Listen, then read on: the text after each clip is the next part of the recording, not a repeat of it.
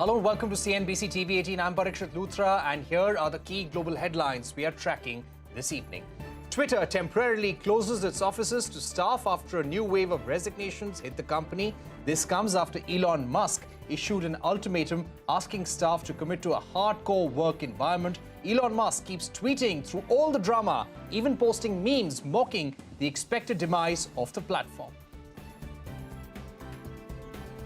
U.S. House Speaker Nancy Pelosi steps down from her leadership role after 15 years of leading the Democratic Party. Republican Representative Kevin McCarthy will lead the House as the next Speaker starting January. Once a close ally of Donald Trump, the New York Post trolls the former U.S. president days after he announced his presidential candidature. The outlet headlined the story, "Been there, done that." Last week, the Post's cover called the former president Trumpty Dumpty, who had a great fall. Rishi Sunak's new British government unveils a long-awaited fiscal policy, imposes a windfall tax on energy producers, lowers the threshold for the highest income tax bracket to bring more people under its ambit, removes tax offs for electric vehicles, also announcing sweeping spending cuts. 9 months into the war with Ukraine, Russian forces have been forced to abandon the only provincial capital they had managed to capture since the invasion began on November 9. Russia announced a withdrawal from Kherson, marking a potential turning point in the war. Ukrainian President Volodymyr Zelensky celebrated victory and distributed medals to the soldiers and Ukrainian troops. With Ukraine strengthening its military capacity through support from the West, upgrading from land-based to air-based to heavy battle tanks, Russia is now facing a challenge to hold its occupied territories in Ukraine. What does the loss in Kherson mean for Russia? Let's go across to Anna Chernikova, reporter at the Voice of America, to discuss more. Anna, first of all, as Russia has withdrawn from Kherson, we're also getting reports of torture chambers. Could you elaborate for us as to what has been discovered there by Ukrainian forces? Good day. Yes, sure. Well, for the moment, what we hear is that basically situation in Kherson and Kherson region is very similar to what Ukrainian forces and Ukrainian authorities and international society have already seen in the liberated areas of Kyiv region and Kharkiv region after those areas have been cleared by Ukrainian forces. And basically, situation is similar in terms of the findings of the chamber of tortures. We can put it this way.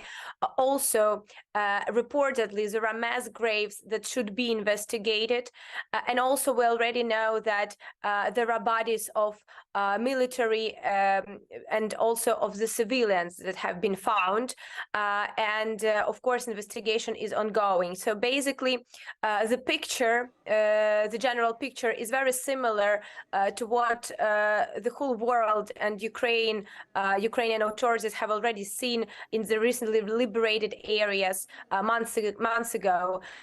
And for the moment, investigation is ongoing. We don't have particular details or particular numbers so far, but of course we're waiting for the official numbers, and we are waiting for the updates from there. For the moment, the city of Kherson itself and Kherson region is suffering of the lack of electricity, and all this stuff, but and all the supplies. But the city is coming back to life.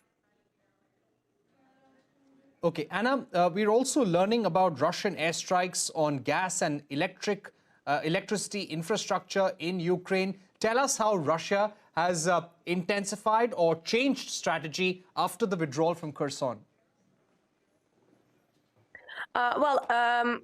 I cannot say that they've changed, but they definitely continue their attacks. And the main target of these attacks is, as you correctly said, critical infrastructure, including energy infrastructure and gas infrastructure.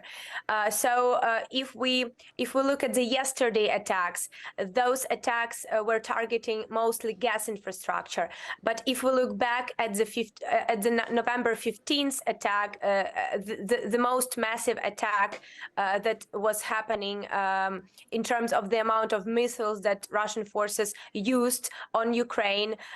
This attack was definitely the continuation of those previous of the last months targeting energy, electricity infrastructure. For the moment, situation with energy in general is quite critical, especially electricity. So Ukraine, all regions of Ukraine suffer of shortages and outages. So for the moment, Ukraine has this planned, scheduled outages for electricity, and people have basically have a couple of hours without electricity and a couple of hours with electricity and so on and so forth. For the moment, I have outage myself, so we have basically the whole country is basically planning the life according to those.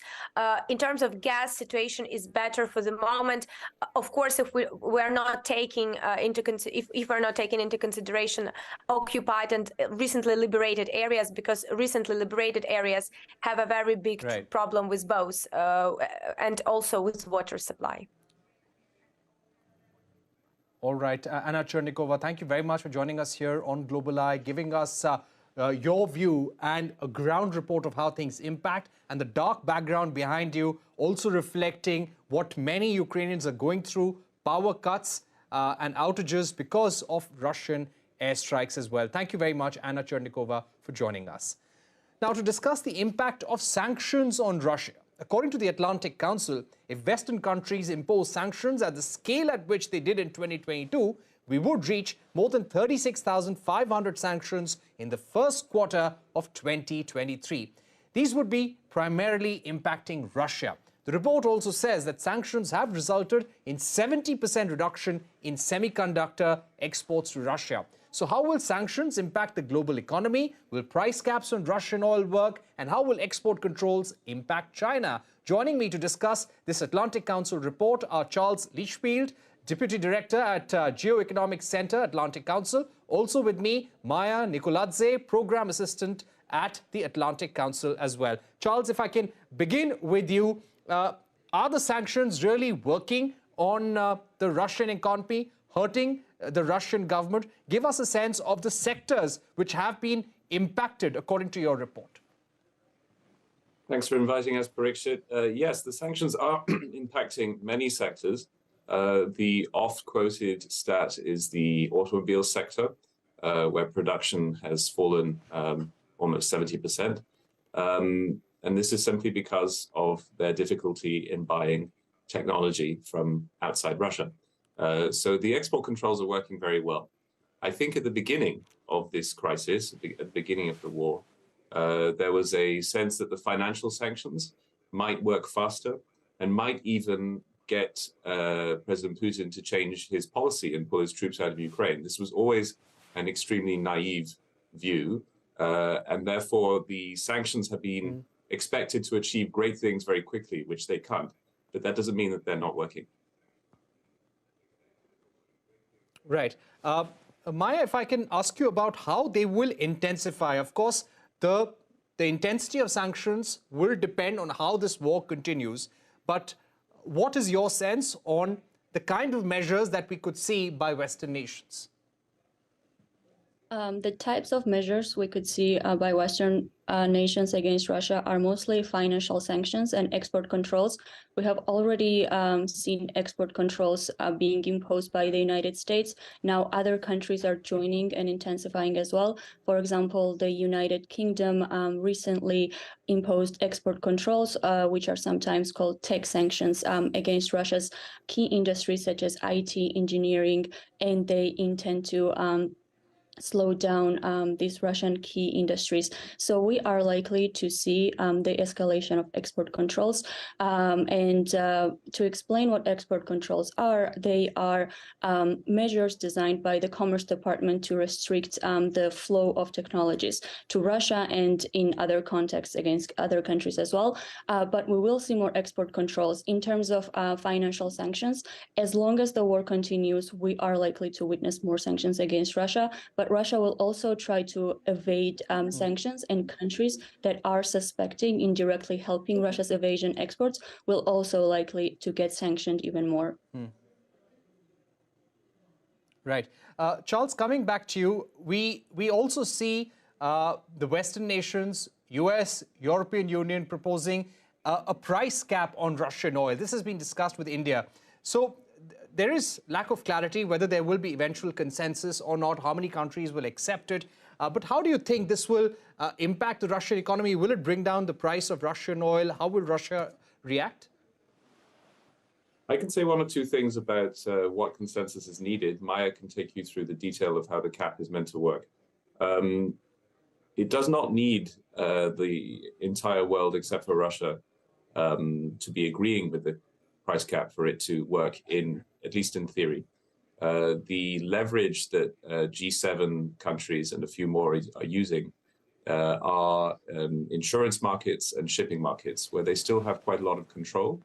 And as of December 5th, when the EU ban on seaborne Russian oil imports kicks in, they will allow other countries to use their shipping and insurance services as long as oil has been paid for at a certain price or below. It was the case that they were considering a sort of floating cap, but that is no longer the case. I think Maia can tell you a little bit about the mechanism and its history. Right. I'd just like to follow up from there, Maia. If you'd like to add on the oil price cap issue, how it's going to work. Also, specifically to you, do the sanctions actually threaten the dollar and US payment systems? Yes, so first on your oil price caps issue. Russian cargoes that sell oil above the specified capped price will be denied Western insurance and maritime services, but that also extends to the buyer companies of Russian oils. If they are purchasing Russian oil at a capped price, they can also keep Western insurance, but if they decide to pay more for Russian oil, then they will also lose access to Russian insurance. So foreign oil companies buying from Russia will have a choice: either pay the specified capped price and keep Western insurance, or pay above and be denied insurance.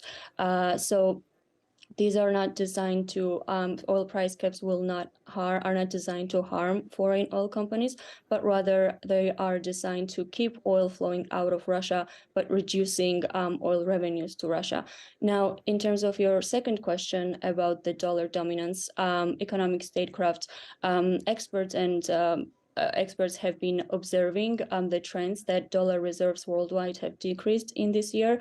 However, we would caution against a rush interpretation, because what happened in 2022 was that the dollar appreciated by 6% against emerging market economies, and that made it their natural default move was to avoid weakening of their local currencies, which is why they have been unable to sort of obtain more US dollar.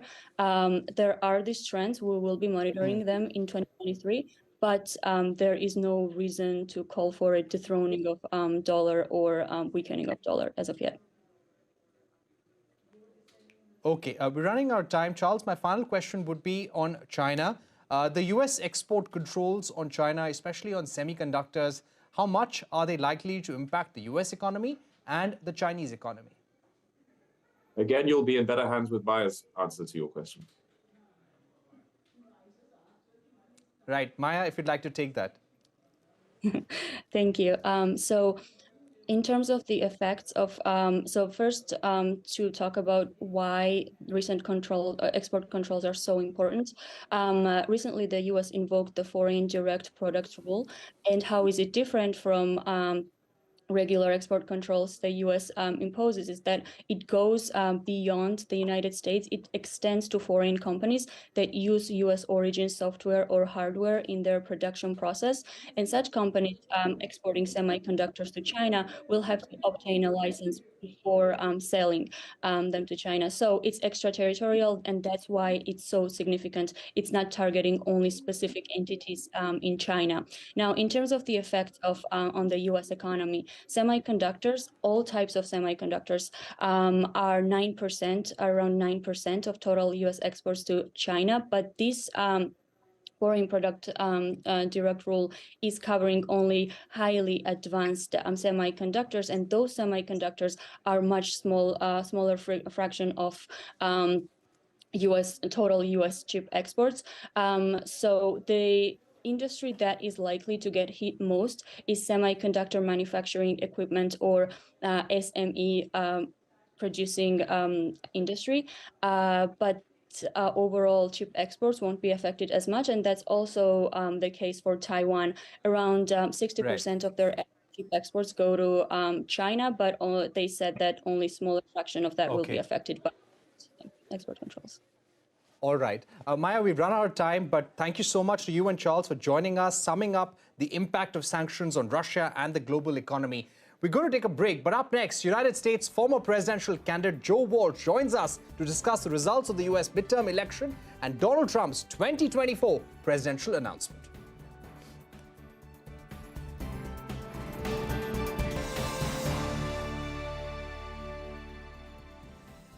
Welcome back. You are watching Global Eye. The Republicans have taken control of the House of Representatives, ending 2 years of the Democrats controlling both houses of the Congress. Republicans have secured 218 seats needed for a majority, but the winning margin is razor thin. Democrats have performed better than expected, but when the Congress convenes in January, Republicans have enough numbers to stall President Biden's legislative agenda.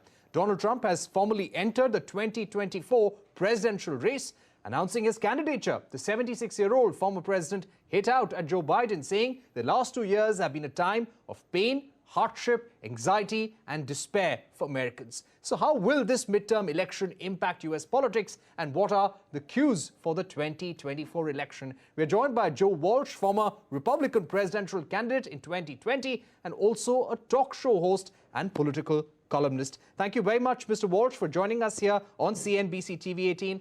Let me begin by asking you, Republicans have managed to take control of the House of Representatives, but they have underperformed. What could be some of the factors, some of the reasons for their underperformance? A big factor for that was Trump. Trump made himself a big story in these midterms. Trump is still popular in the Republican Party, but most Americans can't stand him. The other big factor was the abortion issue. It brought a lot of people out to vote. Democrats defied history in a midterm. That's a really big deal. Also to ask you, how does this really complicate things for the Republicans? The fact that Donald Trump has gone ahead, announced his candidature, we believe that the party is severely divided over this issue. Look, I know it's hard for the rest of the world to understand because Donald Trump is so unfit, but he's the leader still of the Republican Party. He announced this past week, kind of a weird time to announce that he's running for re-election, but most Republican voters are still with him. He's the king of the Republican Hill until another Republican can knock him off of that hill. Kevin McCarthy and the Republicans in Congress, they know that. So they still have to bow to Trump. Right. So you believe that he could still be the official candidate and may even pull off the 2024 election? Oh, look, right now, Donald Trump is the clear favorite to be the Republican Party nominee in 2024. Most of the Republican Party is still with him. Could he become president again? Sure, he could. That's a scary thing to say, and it should scare the world. It certainly scares most Americans. But yes, he has a chance to become president again if he's the nominee. Right. If I were to ask you, and probably because of these problems, Republicans have not performed as well in this election. What are some of the key factors that are going to play out? If we were to ask you for some of the cues for 2024 from this midterm election, what would they be for Democrats and the Republicans? Unfortunately, because the Republicans won the House, nothing will get done these next 2 years. Republicans have made very clear that they're not interested in policy. All they want to do is they want revenge. They want revenge for how they believe the Democrats treated Trump. So the Republicans in the House are going to investigate Hunter Biden. They're going to investigate Joe Biden. They're going to investigate, and probably try to impeach some Democrats. They're going to be focused on this. Kevin McCarthy will be the speaker, but people like Marjorie Taylor Greene, some of the crazier Republicans, are really going to be running the show. Right. So you're clear that at this point, the strongest candidate from the Republican camp is Donald Trump. If I were to ask you about the Democrats right now, President Biden has said that he has an intention to run again for 2024 presidential election. Is he the strongest candidate right now in the Democrat camp, or you feel that there are other contenders we need to watch out for very closely? You know, it's a pretty sad thing that this great country might be looking at a Biden-Trump rematch. That's pretty pathetic when you think about it.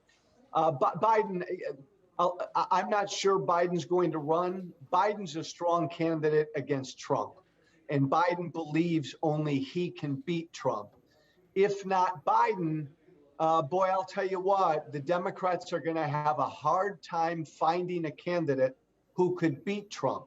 I think they'd look toward a governor, like maybe the governor of Michigan, Gretchen Whitmer, or the governor of California, Newsom. It's going to have to be a new face, but that's going to be really difficult to do. What about Kamala Harris? I didn't mean to overlook Kamala Harris. Yes, if Biden doesn't run, Kamala Harris would certainly be in the discussion. She's popular among Democrats. I don't think she's very popular among most of the country right now. She'd have to show Americans that she's capable of being president, and she hasn't done that so far. And finally, 2020 was an ugly election. What kind of a political period are we entering now? If you thought 2020 was an ugly election, this next election in America, 24, is going to be the ugliest we've seen in a long, long time. America is going through a real ugly period. We're very divided. A lot of people don't know if America will stay together. I don't know if America will stay together. So the rest of the world just needs to know that this next election is going to be worse, but I think we're in for a long period of this. Thank you once again, Mr. Walsh, for joining us here on CNBC TV 18 Global Eye, giving us your view on the midterm elections and its impact on American politics. Thank you. All right, with that, it's a wrap on this edition of Global Eye. Thank you for watching. Goodbye.